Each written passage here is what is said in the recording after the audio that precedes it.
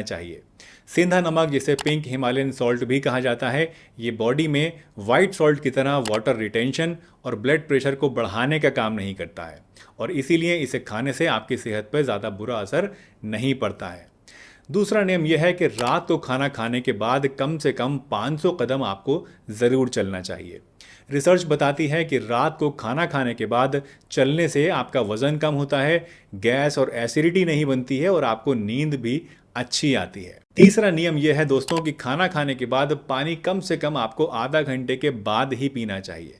खाना खाने के फ़ौरन बाद पानी पीने से डाइजेशन वीक हो जाता है और वेट भी बढ़ता है और आपका पेट जो है वो भी फूलने लगता है, तोंद निकल आती है। चौथा नियम यह है कि दिन में 3 से 4 लीटर पानी आपको ज़रूर पीना चाहिए। ऐसा करने से आप पेट की करीब करीब हर एक तरह की बीमारी से बचे रहेंगे, आपको गुर्दे की पथरी कभी नहीं होगी और बॉडी से हार्मफुल टॉक्सिन्स भी साफ होते रहेंगे। पांचवा नियम यह है कि सुबह उठकर 1 गिलास गुनगुना पानी आपको ज़रूर पीना चाहिए और सुबह उठते ही आंखों में ठंडे पानी की छींटें भी आपको ज़रूर मारनी चाहिए। ऐसा करने से क्या होता है कि आपकी बॉडी डिटॉक्स होती है और आंखों की रोशनी भी बढ़ती है। छठा नियम यह है कि खाना बनाने के लिए कभी भी आपको रिफाइंड ऑयल का इस्तेमाल नहीं करना है, बल्कि इसकी जगह पे आपको गाय के देसी घी का इस्तेमाल करना है। रिफाइंड ऑयल बहुत सारे केमिकल प्रोसेसिंग के बाद बनता है और ये आपकी सेहत के लिए बहुत ज़्यादा नुकसानदेह होते हैं। वैसे अगर गाय का घी आप अफोर्ड नहीं कर सकते हैं तो सरसों का तेल या फिर नारियल का तेल या फिर तिल का अनरिफाइंड तेल भी आप यूज़ कर सकते हैं। सातवां नियम दोस्तों यह है कि खाने में जितनी ज़्यादा रंग बिरंगी चीज़ें आप इस्तेमाल कर सकते हैं उतनी ज़्यादा करनी चाहिए। यानी अपने खाने को आपको रंगीन बनाना है और सफ़ेदी से बचना है। खाने में रंग बिरंगी सब्जियां और फ्रूट्स को शामिल करने से आपको बहुत सारे विटामिन्स, मिनरल्स और प्रोटीन्स मिलते हैं जो कि आपकी सेहत के लिए फ़ायदेमंद होते हैं। दोस्तों हमारा 8वां नियम इसी नियम का एक एक्सटेंशन है और वो ये कि खाने में वाइट चीज़ों से आपको परहेज़ करना चाहिए।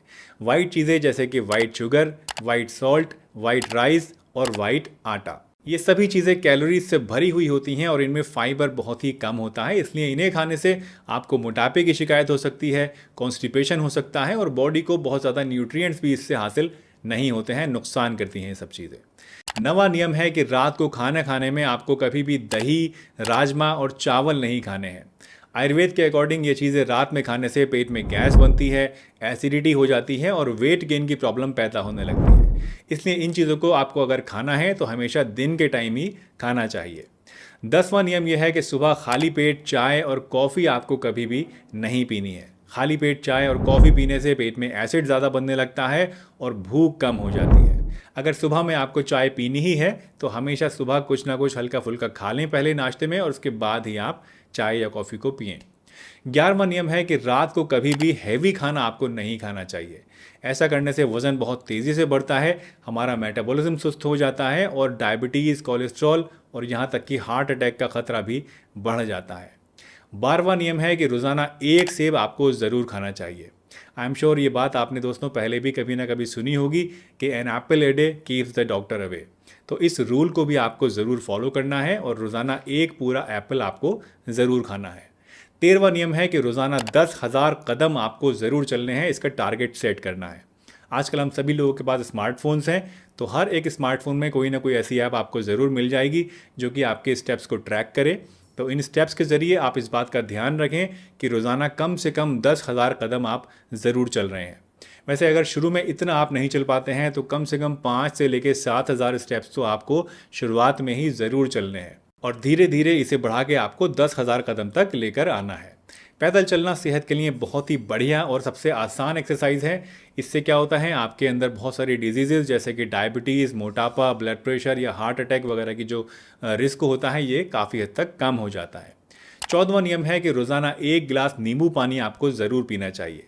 नींबू पानी पीने से आप मोटापे से बचे रहेंगे और बॉडी डिटॉक्स भी होगी। नींबू विटामिन सी का भी एक बहुत ही रिच सोर्स है, तो इससे क्या होता है आपकी इम्यूनिटी भी बढ़ती है और मौसम बदलते वक्त जो अलग अलग छोटी बड़ी बीमारियां पैदा होती हैं उनसे भी आप बचे रहते हैं। 15वां नियम यह है दोस्तों कि दोपहर का खाना खाने से आधा घंटे पहले एक बड़ा कटोरा भर के सलाद आपको ज़रूर खानी है।